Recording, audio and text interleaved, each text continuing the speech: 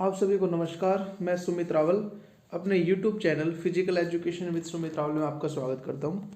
आप सबको पता है एस्टेट से रिलेटेड जो वीडियो डल रही है, हर रोज़ आपको एक वीडियो मिल रही है 20 क्वेश्चन की एक एक्सप्लेनेशन के साथ। आपको अच्छी लग रही है एक्सप्लेनेशन तो आपके कमेंट आ रहे हैं, तो वीडियो आज फिर बनाने का मन करा, क्योंकि इसी से मोटिवेशन मिलता है, लाइक आ जाते हैं और कोई कहता है कि वीडियो बनाओ तो फिर बनाने का मन करता है। चलिए टाइम ना वेस्ट करते हुए आप चैनल को लाइक शेयर और सब्सक्राइब जरूर करें। उससे क्या होगा, और एक बेल आइकन होता है उसको जरूर वो करें, आपको पता लग जाए कि वीडियो आ रही है अब। ठीक है, चलिए फर्स्ट क्वेश्चन पे चलते हैं एक अच्छी सी एक्सप्लेनेशन के साथ, और हर एक क्वेश्चन को क्या और कौन से क्वेश्चन बन सकते हैं उसके साथ आपको वीडियो के अंदर बताता हूँ आज मैं।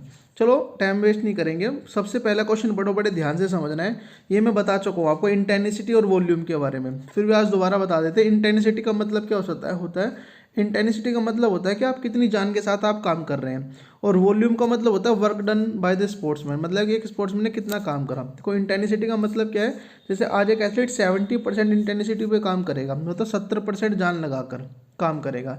जैसे कोई एथलीट है 400 मीटर की रनिंग है फॉर एग्जाम्पल 1 मिनट में करता है, ठीक है, 1 मिनट में करता है, तो आज उसको बोला जाएगा कि आप 400 मीटर की रनिंग को ना 1 मिनट में नहीं करोगे, कितने मिनट में करोगे, 1 मिनट में नहीं करोगे, 2 मिनट में करोगे, मतलब कि डबल टाइम लोगे।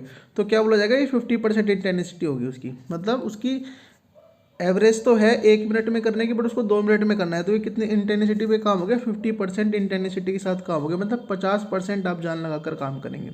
और वॉल्यूम का मतलब हो गया work done by the sportsman, मतलब कितना आपने काम कर लिया, कितना आपने काम किया, टोटल काम की बात हो रही है इसके अंदर। टोटल काम जैसे आज मैंने 400 मीटर के 10 राउंड मारे, तो वॉल्यूम कितना हो गया टोटल, तो 4000 मीटर हो गया। ये हो गया आपका वॉल्यूम। इतनी बात मैं पहली वीडियो में बात कर चुका हूँ आपसे, ठीक है। अब क्वेश्चन को समझो। Both training intensity volume are keep during the transaction period. देखो ट्रांजेक्शन पीरियड की बात हो रही है, ट्रांजेक्शन पीरियड के अंदर इंटेंसिटी और वॉल्यूम कैसे रहना चाहिए। आप सबको पता है ट्रांजेक्शन पीरियड क्या होता है, हमारा रिकवरी पीरियड होता है। ये भी एक क्वेश्चन आता है पेपर के अंदर कि ट्रांजेक्शन पीरियड कौन सा क्या होता है, तो ट्रांजेक्शन पीरियड में क्या होता है, हमारी रिकवरी पीरियड होता है ये, ठीक है। इसके अंदर आप सबको पता है एक पूरे साल को डिवाइड किया होता है प्रिपरेटरी पीरियड में, ठीक है, प्रिपरेटरी पीरियड, कंपटीशन पीरियड और एक ट्रांजेक्शन पीरियड में, ठीक है। मैं दोबारा बता देता हूँ। पहला होता है प्रिपरेटरी पीरियड, जो कितने दिन का होता है, ऑप्शन के अंदर आता है 12 मंथ, तो 12 मंथ आंसर लगाना होता है, ठीक है। वरना ऑप्शन में 8 to 12 मंथ आ जाए तो 8 to 12 मंथ पे भी आप लगा सकते हैं। तो प्रिपरेटरी पीरियड कितने दिन का होता है, प्रिपरेटरी पीरियड हो गया 12 मंथ, ऑप्शन में 12 मंथ लगाओ। 8 to 12 मंथ है तो 8 to 12 लगाओ। कंपटीशन पीरियड आप 1 से 2 महीने का होता है, 1 से 2 मंथ। अब इसमें कैसा प्रिपरेटरी पीरियड है आपका, मतलब सिंगल पीरियडाइजेशन है, डबल है, ट्रिपल है, वो देखना पड़ता है, इसलिए 1 से 2 महीने का होता है। तो ट्रांजैक्शन पीरियड होता है हमारा हमेशा 1 मंथ का होता है, 1 मंथ का होता है, और एक रिकवरी पीरियड के अंदर काम आता है। एक बात याद कर लो, preparatory period, competition period, transaction period. अब ट्रांजैक्शन पीरियड की यहाँ बात हो रही है, तो ट्रांजैक्शन पीरियड कौन सा है, ये रिकवरी पीरियड होता है। रिकवरी के अंदर हमारी क्या होगी, हमारी इंटेंसिटी और वॉल्यूम कैसी होनी चाहिए, तो इंटेंसिटी भी क्या होगी, कम होगी, और वॉल्यूम भी क्या होगी, कम होगी। तो इसके अकॉर्डिंग इसका आंसर बनता है लो, ठीक है। तो हमारी लो इंटेंसिटी पे काम करते हैं, लो वॉल्यूम पे काम करते हैं, क्योंकि रिकवरी पीरियड होता है। तो ये क्वेश्चन यहाँ से समझ आया आपको, इतना समझ आएगा इंटेंसिटी क्या है, इतना समझ आ गया वॉल्यूम क्या है, ये समझ आया ट्रांजैक्शन पीरियड में हम किस पे इंटेंसिटी पे काम करते हैं, लो इंटेंसिटी पर। ये पता लगा प्रिपरेटरी पीरियड 12 मंथ का होता है, ठीक है, ये क्वेश्चन भी आता है। कंपटीशन पीरियड 1 से 2 महीने का, और ट्रांजैक्शन पीरियड क्या होता है, 1 महीने का होता है, ये भी पेपर में आता है, और इसको रिकवरी पीरियड ये बोलते हैं, ये भी पेपर में आता है, ठीक है। एक क्वेश्चन और पेपर के अंदर आता है, जैसे कि पीरियडाइजेशन के बारे में पूछ रहे थे, आपको पता होना चाहिए पीरियडाइजेशन होता क्या है। देखो थोड़ा सा बता देता हूँ पीरियडाइजेशन क्या होता है। पीरियडाइजेशन क्या है, it is a scientific process for a preparing a athlete for particular competition so can deliver is best performance. थोड़ा हिंदी में बात करें कि एक साइंटिफिक तरीका है एक एथलीट को प्रिपेयर करने के लिए, ताकि वो अपनी बेस्ट परफॉर्मेंस दे सके, ठीक है। इसको क्या बोलते हैं, पीरियडाइजेशन बोलते हैं। अब पीरियडाइजेशन क्या होती है, 3 टाइप की होती है। पीरियडाइजेशन कितनी टाइप की होती है, 3 टाइप की होती है। सिंगल पीरियडाइजेशन, सिंगल, ठीक है, सिंगल पीपी कर देता हूँ, सिंगल, डबल पीरियडाइजेशन, और ट्रिपल बोल सकते हैं, मल्टीपल पीरियडाइजेशन बोलते हैं। Multiple, single, double, multiple. एक कॉपी ले लो, कॉपी के अंदर नोट्स बनाते चलो, बढ़िया आपको हेल्प मिलेगी एस्टेट के एग्जाम के अंदर, आपको लगेगा कि हाँ भाई बहुत सारा पेपर इसी के अंदर से आया है। सिंगल पीरियडाइजेशन क्या होता है, मैं बात करता हूँ सिंगल पीरियडाइजेशन की। सिंगल पीरियडाइजेशन में क्या होता है, एक पीपी होता है। पीपी का मतलब होगा प्रिपरेटरी पीरियड एक होता है, जैसे मैंने बात करी प्रिपरेटरी पीरियड ऊपर बताया था, एक कंपटीशन पीरियड होता है और एक टीपी होता है। टीपी का मतलब होगा एक ट्रांजैक्शन पीरियड होगा। तो मतलब सिंगल पीरियडाइजेशन की जब बात करेंगे इसके अंदर होता है एक पीपी होगा हमारा, एक सीपी होगा हमारा और एक होगा टीपी। इतनी बात समझ आ गई। ये पेपर के अंदर आता है कि सिंगल पीरियडाइजेशन के अंदर कितने प्रिपरेटरी पीरियड होते हैं, तो पता होना चाहिए सिंगल में एक ही पीपी होगा, एक ही टीपी होगा और एक ही सीपी होगा। अब बात करते हैं डबल पीरियडाइजेशन की। देखो डबल पीरियडाइजेशन में क्या होता है, डबल पीरियडाइजेशन में उसमें क्या होता है, पीपी क्या होंगे, दो होंगे, PP1 PP2। ऐसे कंपटीशन भी दो होंगे, CP1 और CP2। मतलब CP मतलब कंपटीशन पीरियड और TP का मतलब हो गया ट्रांजैक्शन पीरियड, वो हमेशा एक ही रहता है। ठीक है, तो डबल पीरियडाइजेशन में क्या हुआ, PP1 PP2 CP1 CP2 और TP क्या रहेगा, एक ही रहेगा। ये क्वेश्चन पेपर में आता है कि डबल पीरियडाइजेशन के अंदर कितने TP होते हैं, तो TP ट्रांजैक्शन पीरियड क्या होगा, एक ही होगा। और पूछ ले कितने PP होते हैं, तो 2 PP होते हैं। CP पूछ ले तो 2 CP होते हैं। ये बात आपको समझ आनी चाहिए यहाँ से। अब बात करते हैं मल्टीपल पीरियडाइजेशन की। ये क्वेश्चन आता है मल्टीपल पीरियडाइजेशन में क्या होगा, PP मतलब प्रिपरेटरी पीरियड फर्स्ट, PP2 और PP3 के जैसे नाम से पता लग रहा है। तो PP कितने, PP1 PP2 PP3। CP का मतलब कंपटीशन पीरियड CP1 CP2 और CP3। और ट्रांजैक्शनल पीरियड क्या रहेगा, इसके अंदर भी एक ही रहेगा, ट्रांजैक्शनल पीरियड एक ही रहता है।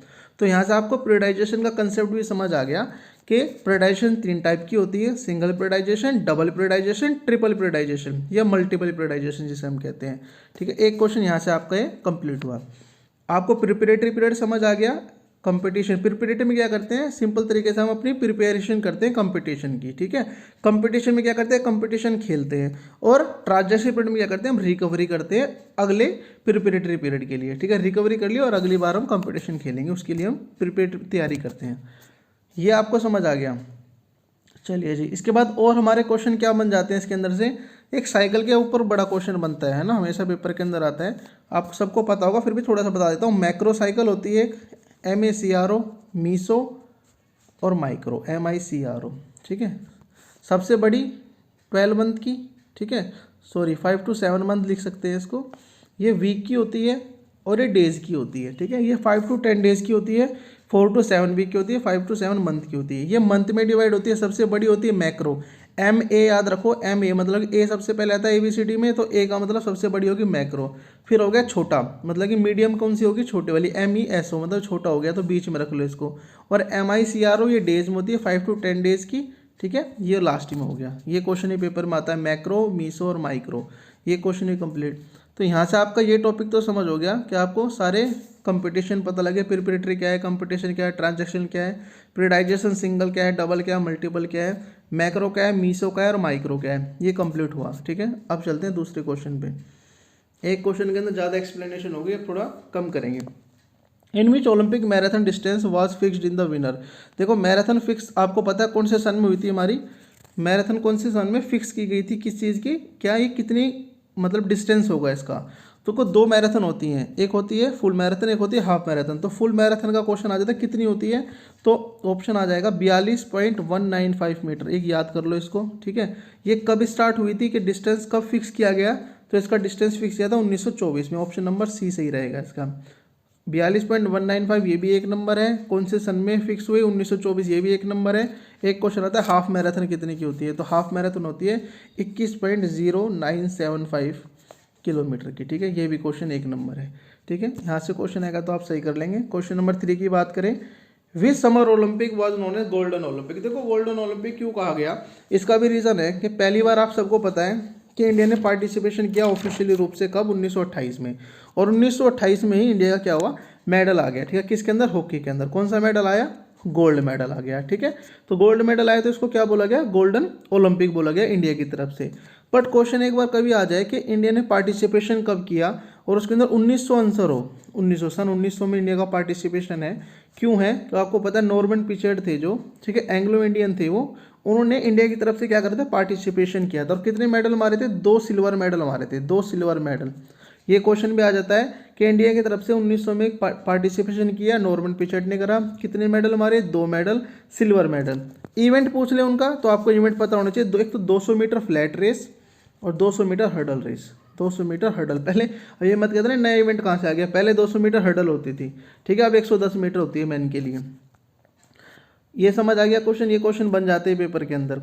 एक बात कर लेते हैं, 1928 का आ सकता है पेपर के अंदर कि पहली बार जब मेडल हमारा ऑफिशियली रूप से इंडिया का पार्टिसिपेशन हो गया तो कहाँ पे हुए, तो एम्स्टर्डम के अंदर हुए थे। ठीक है, एम्स्टर्डम है कहाँ पे, नीदरलैंड के अंदर है। ठीक है, जो 1900 में इन्होंने पार्टिसिपेशन किया नॉर्मन पिचर्ड ने, 1900 का कहाँ पे हुआ था ये पता होना चाहिए। 1900 को हमारा ओलंपिक कहाँ हुआ था, पेरिस के अंदर हुआ था। ठीक है, अब आपको ये तो पता है कि 1896 का एथेंस में हुआ। ठीक है, पर पेरिस का भी याद करो कि 1900 में इंडिया ने पार्टिसिपेशन किया तो नॉर्मन पिचर्ड ने मेडल हमारे 200 मीटर में हर्डल में और 200 मीटर में कहाँ हुए थे, पेरिस में हुए थे। ऑफिशियली रूप से 1928 में पार्टिसिपेशन किया इंडिया ने, कहाँ हुए, एम्स्टर्डम के अंदर हुए, नीदरलैंड के अंदर है। ये क्वेश्चन पेपर में आ सकते हैं आपके। ठीक है, तो इसका आंसर आपको पता लगे 1928, ऑप्शन नंबर ए सही रहेगा। क्वेश्चन नंबर 4 पे चलते हैं। How many bones found in axial skeleton. देखो एक्सल एक्सकेलेटन का आपको पता होना चाहिए। एक्सल के अंदर कितनी होती हैं, 80 होती हैं। दो होते हैं, एक्सल होता है का पेंडिकुलर होता है। एक्सल में कितनी होती है, 80 हड्डी होती हैं। गिनवा दो कहाँ कहाँ पे कौन सी होती है। देखो स्केल के अंदर याद करो पहले, स्केल के अंदर कितनी होती हैं, वैसे होती है 29। ठीक है, अब आप कहोगे 28 होती है। ठीक है, 28 होती है। हाइड बोन जो तो गले वाली हड्डी होती है उसको हटा देंगे तो 28 होती है, उसको लगाएंगे तो 29 होती है। ठीक है, तो आप हटा के याद कर लो। तो स्कल में कितनी 28, एक हाइड जोड़ देता हूँ इसके अंदर तो कितनी होगी, 29 होगी। बात समझ आ गई। फिर होती है चेस्ट। चेस्ट के अंदर कितनी होती है, रिब्स पता आपको होता है, 12 रिब्स इधर 12 इधर, 24, और एक बीच वाली को बोलते हैं क्या। ठीक है, टोटल मिला के होगी 25। एक बीच वाली हड्डी नाम याद नहीं आ रहा, 25 होगी। ठीक है, वर्टिकल कॉलम में कितनी होती है, वर्टिकल कॉलम में होती है 26। अब पूछना 26 क्यों हो गई सर, होती 33 है, वही बता दूंगा अभी। तो 29, 25 और 26 मिला के कितनी होती है, 80 बोन। ये बनती है एक्सेल की 26। ठीक है, जोड़ लेना, 29, 30, 40, 50, 60, 70, 76, 80, 80 बन रही है। ठीक है, 80 हो गई हमारी है। ठीक है, ये एक्सीएल की है। 28 स्कल की, एक इसके अंदर हाइड बोन जोड़ ली जो हमारी गले के अंदर होती है। चेस्ट के अंदर 12 इधर 12 इधर रिब्स होती हैं, बीच वाली को। ठीक है, एक बीच वाली हड्डी होगी, स्ट्रेनम बोलते हैं उसको, याद आ गई, स्ट्रेनम 25 होगी। ठीक है, और वर्टिकलम की 26 जोड़ी जाती हैं इसके अंदर। ठीक है, तो ये कितनी होगी, 80 होगी। अब क्वेश्चन आ जाए अपेंडिकुलर के अंदर कितनी होती है, तो अपेंडिकुलर के अंदर कितनी होती है, सबको पता है 126 होती हैं। 126 होगी अपेंडिकुलर के अंदर। ठीक है, अब बात कर देते हैं कि 26 बताई थी आपने, 26 कैसे सर होती, तो 33 है। देखो 33 वैसे जो बोन होती है ना हमारी बैक बोन के अंदर, वर्टिकल कॉलम के अंदर, वो बच्चों के अंदर होती हैं। क्वेश्चन का भी देखा होगा आपने, कभी प्रीवियस ईयर देख रहे हो तो 26 भी आंसर मार रखा है, कहीं 26 भी आंसर दे रखा हो, तो वो क्यों दे रखा हो तो बता देता हूँ। सर्वाइकल के अंदर 7 होती हैं, बच्चों के अंदर भी और बड़ों के अंदर भी। ठीक है, थोरैक्सिस कितनी होती है, क्या होती है, 12। ठीक है, जो लंबर होती हैं वो कितनी होती है, 5। ये तो बराबर हो गई। ठीक है, जो सैक्रम होती है ना मतलब अडल्ट के अंदर, वो क्या हो जाती है, 1 हो जाती है। कितनी हो जाती है, 1। ये वाली समझा देता हूँ जो कम होती है। सैक्रम कितनी होती है, अडल्ट के अंदर हो जाती है 1, बच्चों के अंदर कितनी रहती है, 5। ठीक है, और जो कॉन्ग्नेक्स है हमारी, कॉन्ग्नेक्स होती है अडल्ट के अंदर कितनी हो जाती है, 1 हो जाती है, बच्चों के अंदर 4 होती है। ठीक है, तो ये वाली जो क्या हो जाती है, 5 है ना, मिलकर 1 बन जाती है, इसलिए यहाँ पे 26 हो जाती हैं। अब आप ध्यान देंगे कैसे, कि हम बात करें 26 कैसे बनती हैं। 26 ऐसे बन जाएंगी कि सर्वाइकल 7, थोरैक्सिस 12, ठीक है, लंबर 5, सैक्रम 1 और कोग्नेस 1। अब इन सबको जोड़ लो। ठीक है, 5, 6, 7, 7 और 7 14, और 14 और 28 कर दो, 28 में से 2 घटा दो, 26, तो 26 हो गई। ठीक है, आ गया 26। ये ऐसे 26 बनी है। अब इसके अंदर आप जोड़ दो, क्योंकि अब आपको पता है सैक्रम कितनी होती है, 5 होती है बच्चों के अंदर, 5, और ये कितनी होती है, 4। अब ये जोड़ दो इसके अंदर, तो फिर कितनी हो जाएंगी, 33 हो जाएंगी। तो आपको दोनों समझ आ गई, 26 कैसे बनती है, 26 कैसे बनती है, और 33 कैसे बनती है। ठीक है, नेक्स्ट क्वेश्चन पे चलते हैं। What should be the weight of the field hockey. ठीक है, आपको पता है बहुत लंबी वीडियो बन जाएगी इस तरीके से, तो जल्दी से ख़त्म करते हैं। फील्ड हॉकी की जो बॉल होती है वो कितनी होती है, 156 से 163 ग्राम की होती है। ठीक है, ये क्वेश्चन पेपर में बहुत बार आया, रिपीटेड क्वेश्चन है। In volleyball team can the up to the libero आपको पता है, एक लिब्रो खिलाड़ी होता है। ठीक है, इसका अलग क्या होता है, ये डिफेंसिव खिलाड़ी होता है, ये अटैकिंग नहीं करता। इसका अलग क्या होती है, ड्रेस होती है। ये सर्विस नहीं कर सकता, ये कैप्टन नहीं बन सकता, ये क्वेश्चन ही पेपर के अंदर आता है, तो इसको ध्यान रखना। ये क्या होता है, डिफेंसिव प्लेयर होता है एक हमारा। ठीक है, और एक होता है एक टीम के अंदर। अब इसके अंदर बहुत सारे क्वेश्चन बन जाएंगे वॉलीबॉल से। कराना चाहता हूँ वॉलीबॉल को यहीं ख़त्म कर दूँ। ठीक है। चलो थोड़ा थोड़ा सा बता देते हैं, बड़ी बन जाएगी तो कोई बात नहीं। वीडियो को अच्छे से देखना और पूरी देख लेना, बहुत सारे कंसेप्ट क्लियर हो जाएंगे एक वीडियो के अंदर ही। बात करते हैं वॉलीबॉल की, थोड़ा सा वॉलीबॉल को लिबरो के बारे में बता दिया। क्या है? अटैकिंग प्लेयर है, अटैकिंग सॉरी डिफेंसिव प्लेयर है, अटैकिंग नहीं करता, वो सर्विस नहीं कर सकता, कैप्टन नहीं बन सकता। मैन की क्या आ जाएगी? मैन क्या आ जाएगा कि हाइट बता दो नेट की, तो 2.43 पता होनी चाहिए, कई बार पहले ही बता चुका हूँ। वुमेन की आ जाए 2.24 आ जाएगी। टोटल प्लेयर आ जाए 6 प्लेइंग 6 एक्स्ट्रा, ये आ सकता है। ठीक है।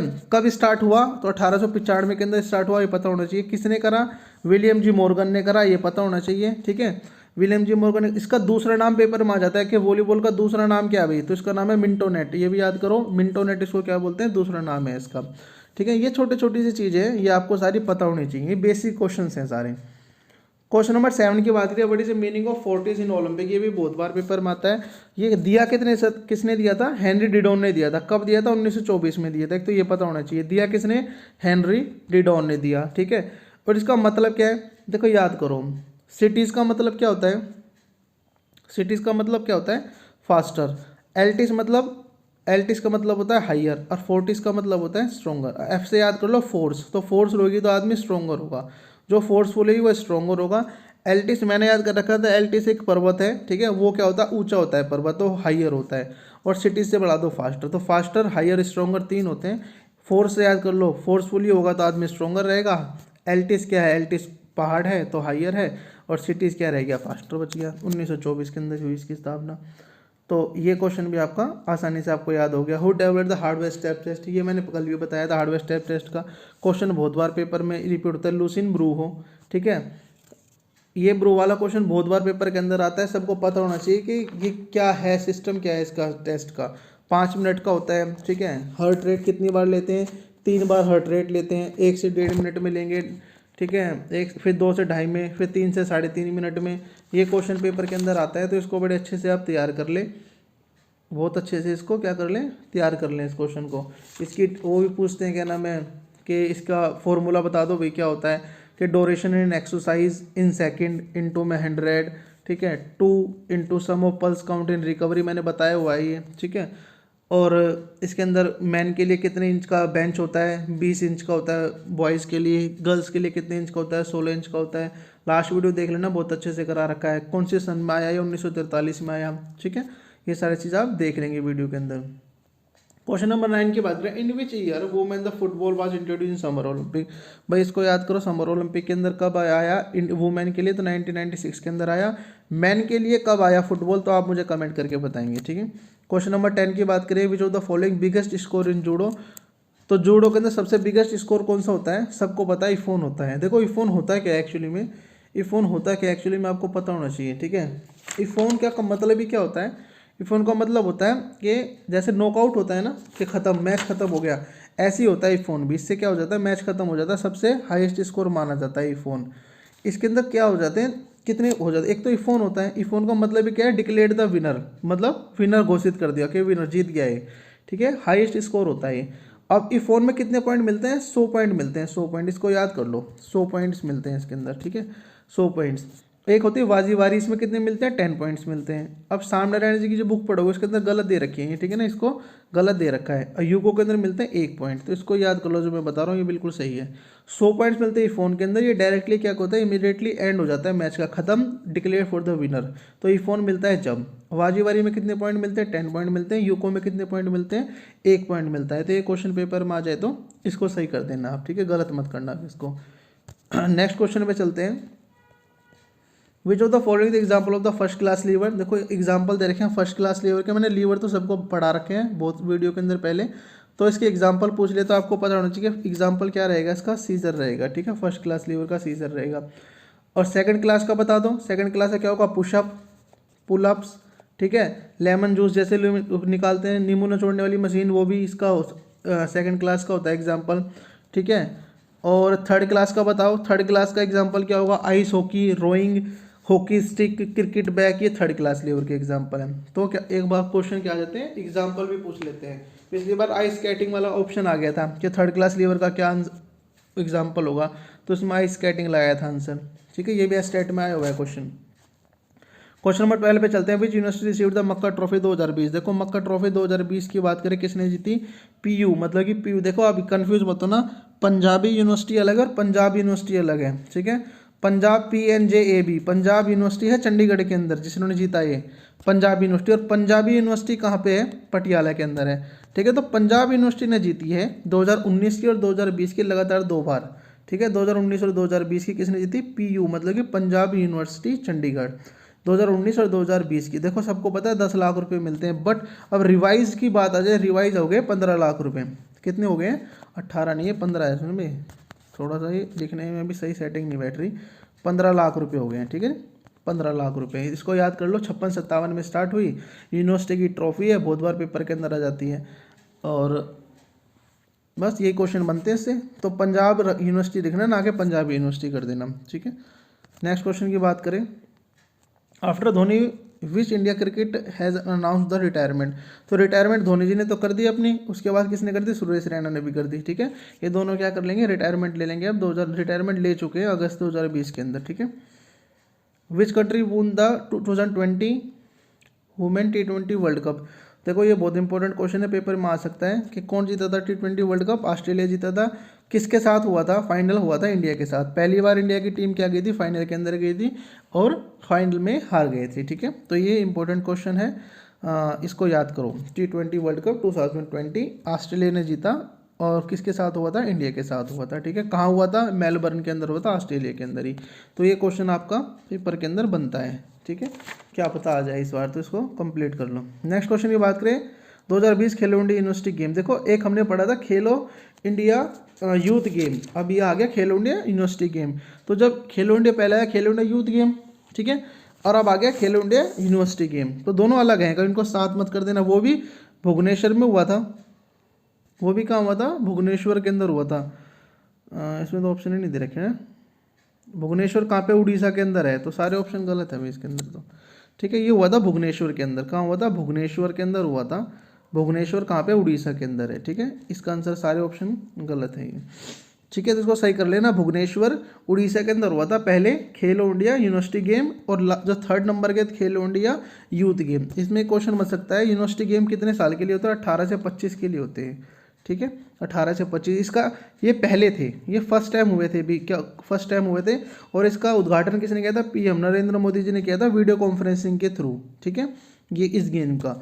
और खेलो इंडिया यूथ गेम के अंदर कितनी एज होती है, पहले जब स्टार्टिंग हुई थी 10 to 18 करा था इन्होंने, फिर उसके बाद 2 एज कैटेगरी बना दी, लेस देन 17 और अपर देन 17, मतलब मतलब लेस देन 17 तो एक कैटेगरी है, और उसके बाद होगी 21 तक, ठीक है। तो 17 से 21 में एक एज कैटेगरी बना दी, तो 2 एज कैटेगरी बना दी, less than 17, 17 to 21, 2 age category अनुसार खेलो इंडिया गेम खेले जाते हैं, खेलो इंडिया यूथ गेम और यूनिवर्सिटी गेम 18 से 25 के अंदर, ठीक है। कहाँ हुए, दोनों की तरफ भुवनेश्वर उड़ीसा में। यूनिवर्सिटी गेम पहले थे और यूथ गेम थर्ड थे, ठीक है। इसमें से क्वेश्चन आएगा, याद कर लेना। Which of the length of javelin. देखो जेवलिन की मीटर में दे दी, हमने सेंटीमीटर में याद करी, इन्हें मीटर में दे दी, कोई बात नहीं, मीटर सेंटीमीटर कोई बड़ी बात नहीं। मीटर में आ गई 260 से 270 मैन की, और वुमेन की पूछ लें तो 220 से 230। अब देखो 220 से 230 ही निकल रहा है, वो क्या है सेंटीमीटर, पर मीटर की बात करें 2.2 से 2.23, और यहाँ पे 2.6 से 2.7, और सेंटीमीटर में आ जाए तो 220 से 230, 260 से 270, ये क्वेश्चन पेपर में आता है। ये याद कर लेना कितने का एंगल यूज होता है, 29 का एंगल यूज होता है। मैंने बताया था एक आर्क होता है वो 7 सेंटीमीटर का होता है जेवलिन में, ये जरूर याद कर देना। 800 ग्राम की कहते हैं मैन के लिए होती है जेवलिन का वेट, 600 ग्राम वुमेन के लिए होता है। ये याद रख लेना, बड़े सिंपल से क्वेश्चन है और यही पेपर के अंदर आएंगे। What is the weight of the short put. देखो ये आसान सा क्वेश्चन है, कई बार भूल जाओ। 4 किलो कितना होता है वुमेन के लिए, और मैन के लिए कितना होता है 7.260 kg, ठीक है। ये क्वेश्चन ही पेपर के अंदर आया हुआ है, बहुत बार पूछा गया। एंगल पूछ ले, इसका कितने एंगल से फेंकते हैं, 34.92 का एंगल होता है इसके अंदर, 34.92 का, ठीक है। अब इसके अंदर वही पूछ लेते हैं कौन कौन सी क्या टेक्निक यूज़ करते हैं। शॉर्ट पुट है, शॉर्ट पुट में डिस्को पुट है, पेरी ओब्राइन है, ठीक है। ये वाली भी क्वेश्चन आ जाता है पेपर के अंदर। तो ये वीडियो आपकी 24 मिनट की बन गई है। इस चैनल को लाइक शेयर सब्सक्राइब करो। 18 क्वेश्चन कराए, 18 के अंदर एक्सप्लेनेशन अच्छी रही, ठीक है। मुझे मज़ा आया एक्सप्लेन करके क्वेश्चंस को, और आप इसको क्या करें, बिल्कुल आराम से वीडियो को देखें, समझें और कमेंट करके बताएं वीडियो आपको कैसी लगी। ठीक है, आपका सबको बहुत बहुत धन्यवाद वीडियो देखने के लिए।